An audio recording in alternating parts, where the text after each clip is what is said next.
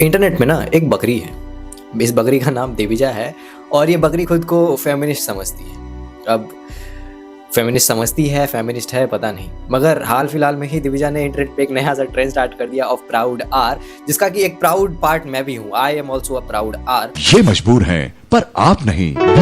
तो मैं आज दिविजा के साइड से बात करने आया हूँ। पूरी के पूरे इंटरनेट दिविजा को क्रिटिसाइज करने में लगी हुई कि ये कैसा घटिया सा ट्रेंड है, बच्ची छोटी छोटी बच्ची अपने बायो में प्राउड आर लिख रही हैं, बहुत बुरी बात है, फलाना ढिमकाना। मैं आज दिविजा के साइड से सब कुछ चीजें क्लियर करनी है। अब देखो बात ऐसा है, मजाक मस्ती साइड में, बात ऐसा है कि दिविजा का जो सबसे बड़ा प्रॉब्लम है ना, वो है उसका प्रिविलेज। दिविजा माइक में बात करती है, इंग्लिश में कंटेंट क्रिएशन करती है, इंग्लिश में बातें करती है, छोटे छोटे बाल रखती है, modern normally modern average modern जो डेफिनेशन होता है उस पर सारी चीज़ों पे खरी उतरती है। प्रिविलेज्ड है, इंग्लिश में कंटेंट बनाती है, इंग्लिश पढ़ी लिखी हुई है, फॉरेन रिटर्न पढ़ी लिखी हुई है, अपने बॉयफ्रेंड से शादी कर रखा है, बॉयफ्रेंड का बाप 3000 करोड़ कंपनी का मालिक है। तो दिविजा हैज़ एवरीथिंग, ठीक है। इसीलिए दिविजा का जो सबसे बड़ा कंसर्न है ना, वो है उसका रिस्पेक्ट। इसीलिए दिविजा इंटरनेट पर रिस्पेक्ट के लिए लड़ रही है। मगर दिविजा को एक बात नहीं पता है दैट कि feminism is not only about respect, gaining respect, feeling proud or ना, ऐसा नहीं है। दिविजा को ये बात, बेचारी दिविजा को ये बात पता ही नहीं है कि आखिर हमारे देश में ना फीमेल्स का हालत क्या है।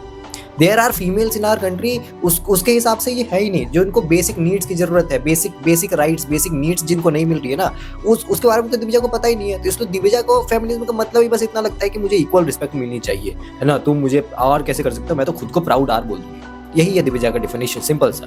जबकि दिविजा को ये नहीं पता है कि there are females in the world जिनको इक्वल इन कंट्री, जिनको इक्वल एजुकेशन की जरूरत है, फ्रीडम ऑफ स्पीच की जरूरत है, इक्वल राइट्स की जरूरत है, इवन राइट टू लिव की जरूरत है। There are plenty of people in this country जो अभी भी इस एज में भी बेटियों को पैदा ही होने नहीं दे रहे हैं।